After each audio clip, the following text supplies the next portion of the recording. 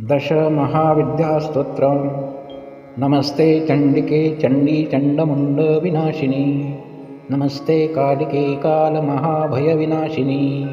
शिवे रक्ष जगद्धात्री प्रसीद हरिवल्लभे। प्रणमामि जगद्धात्री जगत्पालनकारिणीं। जगत्शोभकरी विद्यां जगत्सृष्टिविद्यायिनीं। करालां विकटाघोरां मुण्डमाला विभूषितां।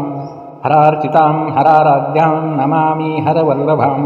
गौरी गुरुप्रियां गौरवर्ण अलङ्कारभूषितां। हरिप्रियां महामायां नमामि ब्रह्मपूजितां। सिद्धां सिद्धेश्वरी सिद्धविद्याधर गणरितां। मन्त्रसिद्धिप्रदां योनि सिद्धिदां लिङ्गशोभितां। प्रणमामि महामायां दुर्गा दुर्गतिनाशिनीम्। उग्रामयुग्रमयीमुग्रतारामुग्रगणरितां। नीलां नीलघनश्यामां नमामि नीलसुन्दरीं।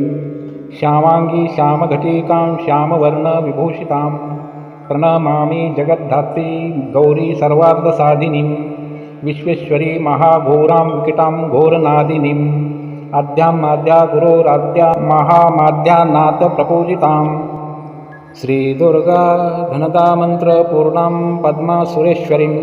प्रणमामि जगद्धात्रीं चन्द्रशेखरवल्लभां। त्रिपुरासुन्दरी बालां बलागणं भूषितां। शिवदूतीं शिवाराध्यां शिवधेय्यां सनातनी। सुन्दरी तारिणी सर्वशिवगणविभूषितां। नारायणीं विष्णुपूज्यां ब्रह्मविष्णुहरप्रियां। सर्वसिद्धिप्रदा नित्यमानित्यगणवर्जितां। सगुणां निर्गुणां ध्येयमार्चितां सर्वसिद्धिदां। विद्यां सिद्धप्रदा विद्यां महाविद्या महेश्वरीं। महेशभक्तां महेशीं महाकालप्रपूजितां। प्रणमामि जगद्धात्री शुम्भासुरविमर्दिनीं। रक्तप्रियां रक्तवर्णां रक्तबीजविमर्दिनीं। भैरवी भुवनादेवीं लोलजिह्वां सुरेश्वरीं। चतुर्भुजां दशभुजामष्टादशभुजां शुभां। त्रिपुरेशी विश्वनाथ प्रियां विश्वेश्वरी शिवाम्। अट्टहासमट्टहासप्रियां धूम्रविनाशिनीं। कमलां छिन्नमस्तां च मातङ्गी सुरसुन्दरीं। षोडशी विजयां भीमा धूम्रा च बगलामुखीं। सर्वसिद्धिप्रदां सर्वविद्यामन्त्रविशोधिनीं। प्रणमामि जगत्तारां सारं मन्त्रसिद्धये। फलश्रुते इत्येवं वरारोहे स्तोत्रं सिद्धिकरं प्रियं। पठित्वा मोक्षमाप्नोति सत्यं वै गिरिनन्दिनी। कुजवारे चतुर्दश मामया जीववासरे।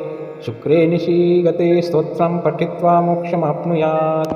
त्रिपक्षे मन्त्रसिद्धिः स्यात् स्तोत्रपाठ्याद्विशङ्करी। चतुर्दशां निशाभागे शनि भौमदिने तथा।